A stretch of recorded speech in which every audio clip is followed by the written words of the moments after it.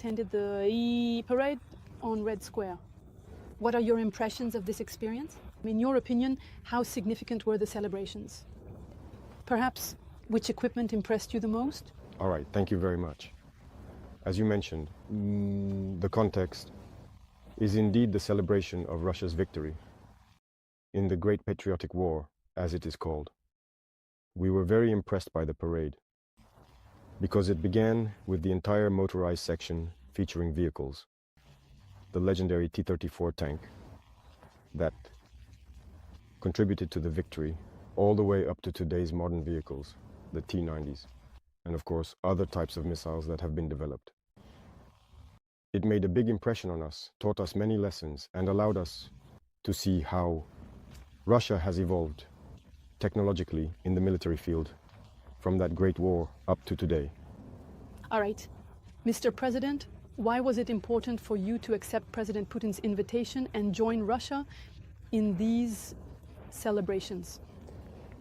It's important to me for several reasons. First of all, because it's an invitation from a friendly country. Russia and Burkina Faso are now working closely together. Our cooperation is quite strategic, which means we must come and take part alongside the Russian people.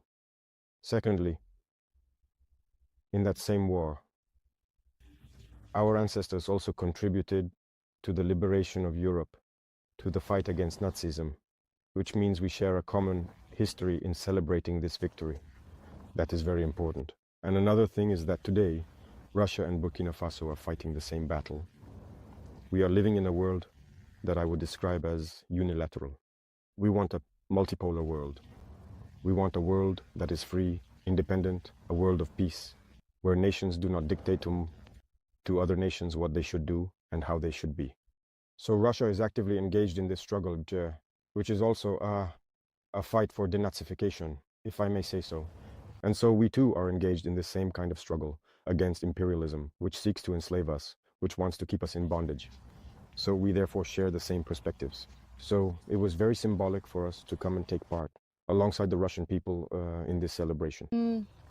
In particular, the Soviet people made a major contribution to defeating Nazism. And the people of Burkina Faso, as you rightly said, are now making efforts to fight and eradicate terrorism. Do you see any similarities between our two peoples, and how do these similarities manifest themselves more concretely? Yes. I have learned many lessons from this celebration, and there are many similarities in the struggle we are currently waging. Look at the Soviet people who sacrificed nearly 27 million lives to achieve this victory. At one point, they could have said, "That's enough," signed an armistice, and given up. But it was their courage, tenacity, and resilience that made them continue the fight. And in the end, they won. Burkina Faso has been fighting against terrorism for 10 years. Now, it's not that there haven't been any deaths. There have been many deaths from that time up to today.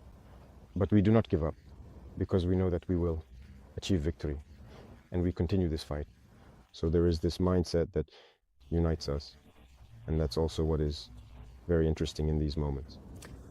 And how do you analyze the influence of the Soviet victory in the Second World War on the process of decolonization in Africa? What would have happened if we can try to imagine to Africa if Nazism had won? It contributed a lot, I can say. Now, if Nazism had won, I can't even imagine. But I imagine, people did not respect black people. Even today it continues. Black people have always been labeled as subhuman. Some actually saw us as animals. You've heard the stories of colonization, of slavery. Black people were tortured, displayed in cages like wild animals in Europe and so on. Black people were castrated to prevent them from even having offspring.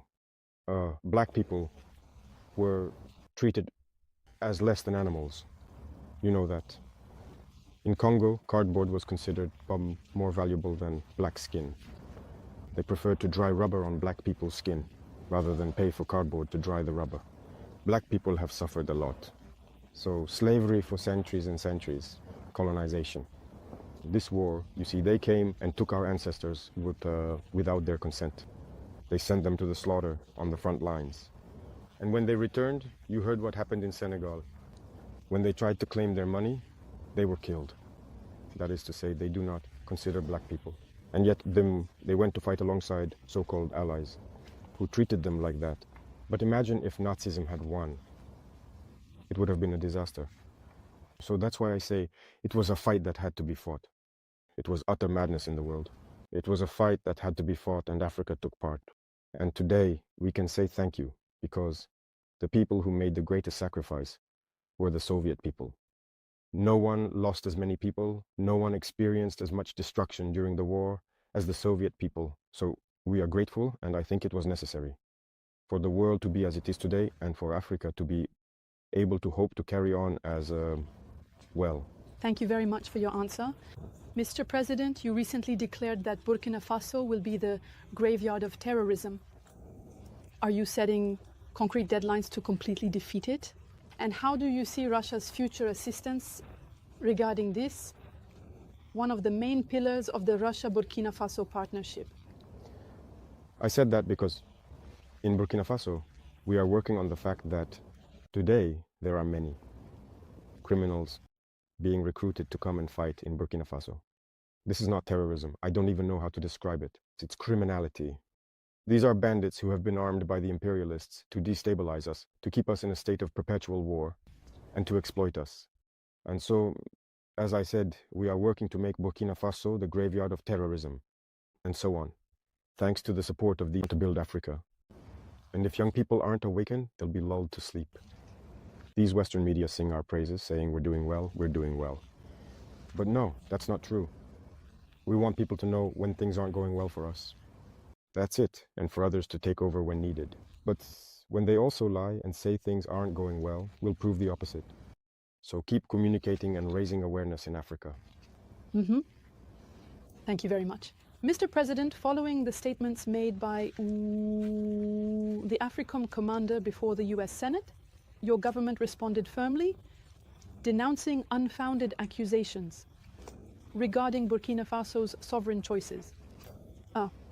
What do you say to those, especially in Washington, who continue to question the legitimacy of your current partnerships, particularly with Russia? And how do you intend to defend Burkina Faso's image on the international stage in the face of this kind of rhetoric? In any case, we are free to establish relations with whomever we choose. That is what independence means. So on this matter, they can continue to think whatever they want. As for us, we will go wherever we want, as long as the partnership can, in any case, be mutually beneficial for both parties. Regarding those remarks, as you mentioned, we protested through the Ministry of Foreign Affairs. That was one thing. But I don't know what happened with that general. There is still a problem. And I would perhaps like him to admit his mistake if he was sent, and to understand that this was not the right mission. If he was misled, he should say so publicly, or otherwise admit before the Senate that he was mistaken. Or also, if it was done with bad intentions, well, we will confront him as we should, because everything he said is a lie. And it's really shameful to see an adult lie, to see an adult, a general officer of a great army lie. This is very serious. First of all, he talked about Burkina's gold being used for what? For us, to protect ourselves and all that. First, it's Burkina's gold, it's not his gold. That's the first thing. What business is it of his? It's none of his business. It's Burkina's gold. It doesn't concern him. Second thing, he's lying. Because Burkina never had any gold reserves until we came. We were the ones who started setting aside gold in the treasury of Burkina Faso. Otherwise, there wasn't a single gram of gold reserves in Burkina. So that means he's a liar, again. And another thing, when he says that, we use it to protect ourselves and all that. We're free. If the people have decided that we should govern them, we have a duty to protect ourselves. So we are free. What business is it of his? And the part that hurt me the most, not because he's a general or because he's American or anything like that, but because he's black. And it really hurts to see a black man being used to fight against another black man. And this didn't start just now. It has to stop. You see, it's very dangerous. Even Libya, who destroyed Libya, once again they used a black man. In movies back in the day, in America, black people always played the bad guy. We told ourselves, it's just in the movies. But why do black people have to keep playing the bad guy? And I think that if he heard this interview, he should... Ontario secret number 5. If you live in Ontario and want a new car, I have the secret I need to tell you. I was looking for months to find this it publicly. If it was a false report, then it was made, because it's possible. It's possible that he was given a false report, that he should come out with it, because as you saw, when I take another neighbor, again, as I say among us, Black, the Ivorian Minister of Defense, who goes around, travels to Turkey, meets the Turkish Minister of Defense, and tells him, you shouldn't sell us weapons. You see how much that hurts. When it's a black person who behaves like that, it really hurts. Did we make a false report? Let him come out and deny it. If he was sent to create a problem in Burkina, as they are used to doing, well, we'll get ready. We'll be waiting for them. Because this has to stop now. The black race should not be used to fight against black people. Every time it's the same thing. It's always the same. And that's what we deplore. And it really hurt us to see that it was a black person making these statements. It's true that they may regret it through various channels. They're trying to make up for it. Now that it was said publicly, it needs to be made right publicly. That's how it is for us. We're no longer engaging in diplomatic hypocrisy, as we like to say. Saying things loudly and clearly, and then coming back later to say, no, we're sorry, we didn't mean it. That's not enough. It needs to be said publicly. So I invite them to make amends, to say it publicly, because African youth have understood. Black youth around the world have understood. This kind of manipulation doesn't work anymore. That's how it's always been, using false pretexts in hopes of achieving other goals. That doesn't work anymore. So it's unfortunate, but Burkina Faso is staying true to its path. We will continue to develop. And he forgot to mention everything we are doing for Burkina Faso. What we are doing, no other regime has accomplished. That's it, the socio-economic development of Burkina Faso, who has done, look, we are building many health centers, equipping them with medical devices for examinations and lowering the costs of medical tests. Which regime has done the same? No one. We are taking action in agriculture, plowing farmers' fields for free. Our production is increasing and everything. Who has done that? No one. The army. We are creating a new army, and the Burkinabe army has never been as well staffed and equipped as it is now. Who has done that? No regime. When it comes to employment, no regime has created as many jobs as we have. Industrialization. Maybe that's what bothers them. That's what they want to stop. So they have to make up lies. In any case, I invite them to rethink their approach. That's what I can say. It's a big lie, and it's unfortunate.